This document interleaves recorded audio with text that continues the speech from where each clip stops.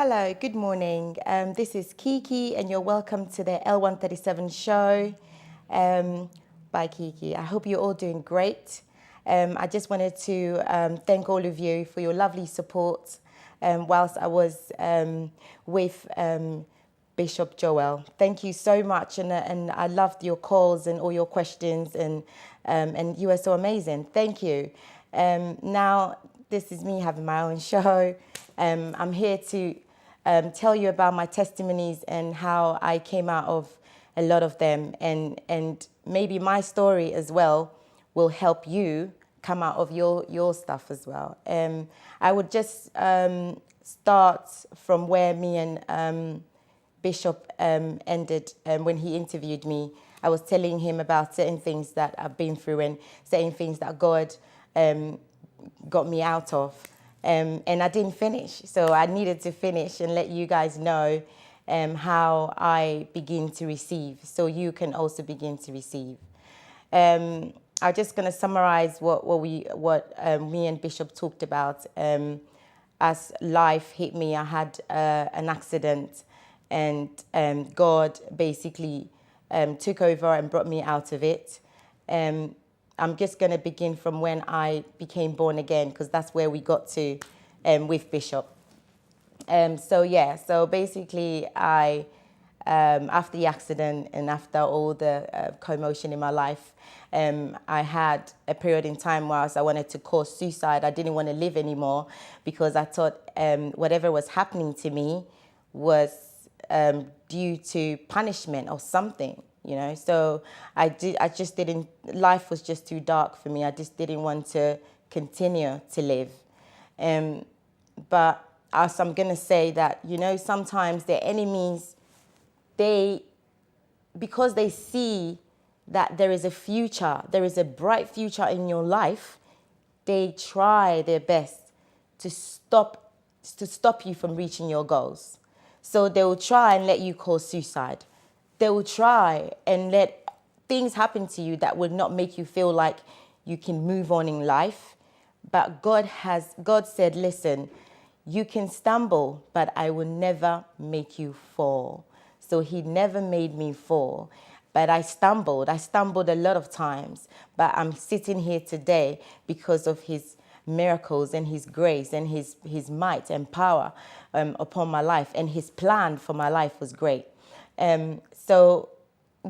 I basically did not want to live anymore. I wanted to kill myself. I would go to the bathroom and think, hey, that's the bleach, would the bleach kill me? But then I'll think, oh, maybe the bleach will make my stomach hurt, so I would not use the bleach. And then I'll think, oh, maybe medicine, maybe when I'm taking my medications, I can take 100, so, I could kill myself that way. But I'll say, oh, maybe it would be painful. So, I just thought of so many ways to end my life then, not knowing what was before me or what God had for me.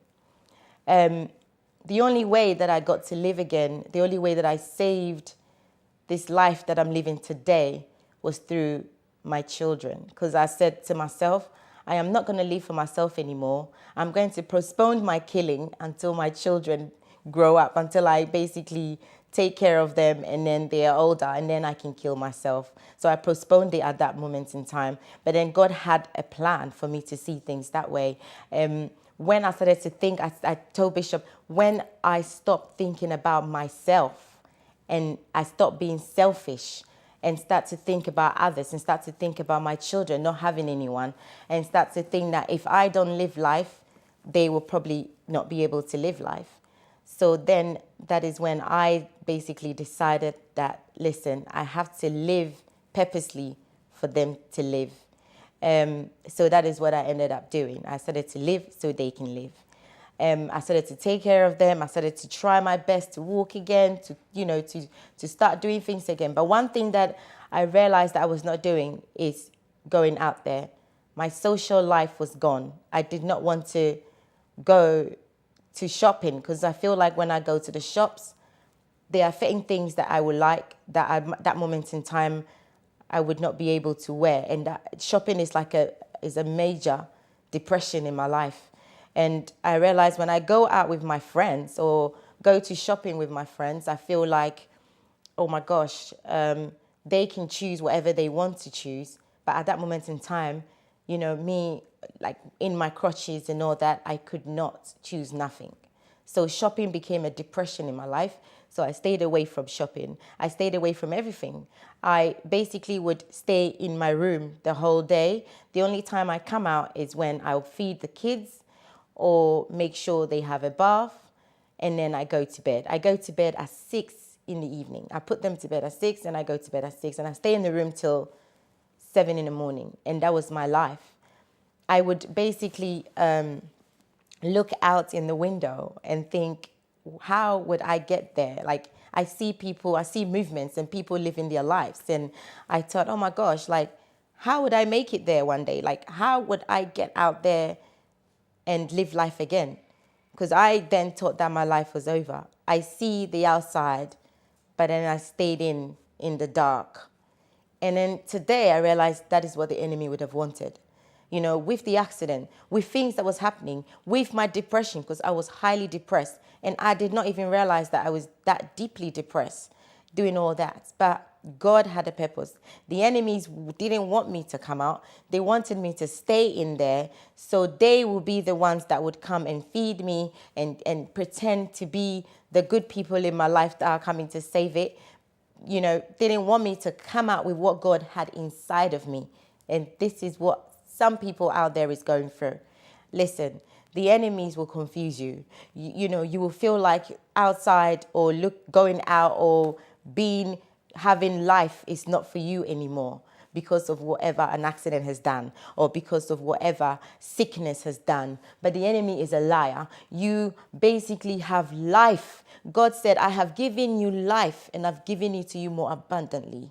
We have strength that we don't even know we have, you know, but we basically stay and then think. The enemy has so much control to suppress us into receiving so much. And listen, when you struggle that way, listen, let me tell you something. That means your reward, what God has laid for you, is way bigger than you think. That is why they will suppress you. That is why they will depress you. That is why they will force you to stay indoors and no one sees you because you have too much greatness in you. Because when you start to come out, you're going to shine so bright. I remember my prayers. I used to pray. And then one thing that like God installed in me, he says to me, listen, I will lift you up above your enemies. They will not come near you. The only way that they will see you is they will see you like a star in the sky. And the meaning of this is they would not come near you, but they'll see you on TV. They will see you on ministry errands. They will see your music videos. They will see your books. That is how God makes a star in the sky. When somebody is a star in the sky, that is what, you know, you basically are. So if anybody out there, if you feel like you indoors and you have a passion for something, you feel like something that has kept you in there. And when you look at yourself, there is no reason, because I didn't have any reason. My reason was just not right. My reason was that's what the devil wanted me to reason, you know. But I continued. The only way that I came out of it is when I got closer to God. I decided, I said, whatever is going on, when my children was having such horrible dreams, when things was telling me, your children, they're about to kill your children, I realized that my accident, about to kill my children, my depression, every single thing that I've gone through is not just anything. It's something stronger going on around me. It's something evil, demonic that is going on around me. There's something, you know. Then I had basically concentrated on that and had the edge. But one thing that I said to myself is, I said, you have done what you have done to me, whoever did it. Whoever was responsible in doing whatever they did it to me. But you cannot do it to my children because they are my children. God gave me the children. So if whoever is going to protect them on earth should be me. So I started. I said, listen, I said, Father, whichever way I'll call you for you to answer, Father, if you don't answer, I am not stopping. So I decided to start calling on to God. I decided that there was a church in my area that I started to go. I decided to do things. I did not put my stuff first or what I wanted, but I decided to put what he wanted for me. I decided to do, I was reading his scriptures. I was listening to his preaching. I went through from giving my life to him, from repeating those words as you give your life to him. I did that. And then I also went into water baptism. I did it for him. I wanted to join the choir. I was doing it for him. I basically focused on what I needed to do for my God, so he can do what he needed to do for me. And that is how I started becoming spiritually strong.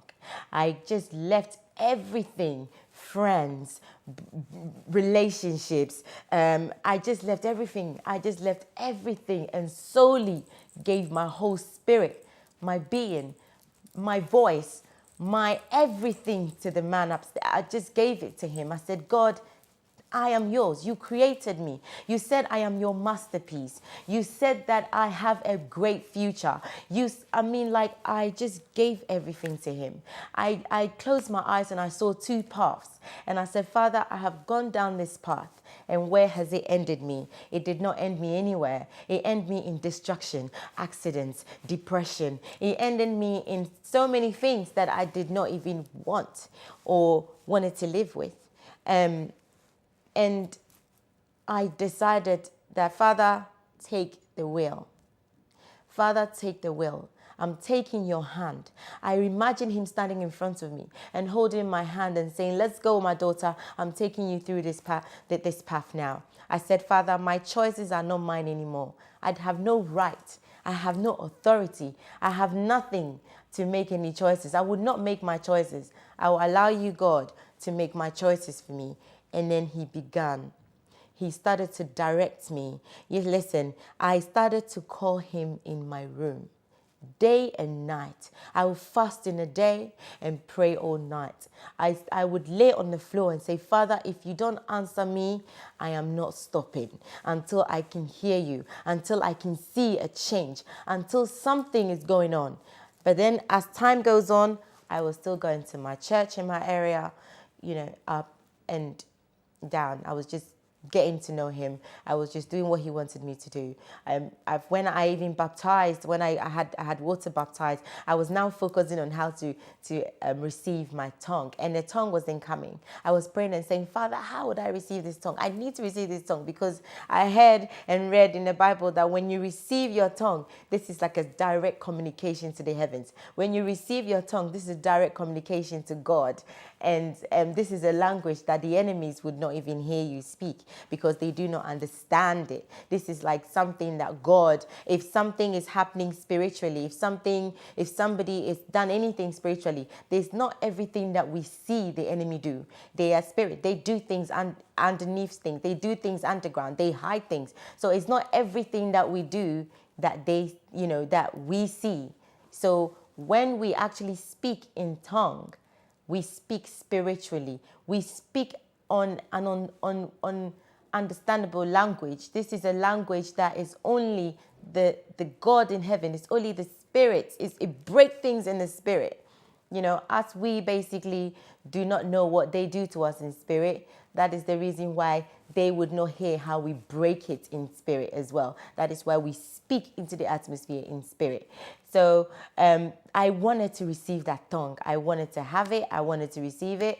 I was like, gosh, this tongue needs to come, because I felt like I needed that to add to what I had to get a strong impact from God. So I was watching TV, scrolling down the God's channel, faith channel, and then I saw a man of God preaching, and he said something that struck me. He said something that felt like, oh, that is actually me. This has happened to me before. He said something that I felt like, wow, I had lived it before. So I decided to pick up the phone and call him. And then he says to me, come to my church.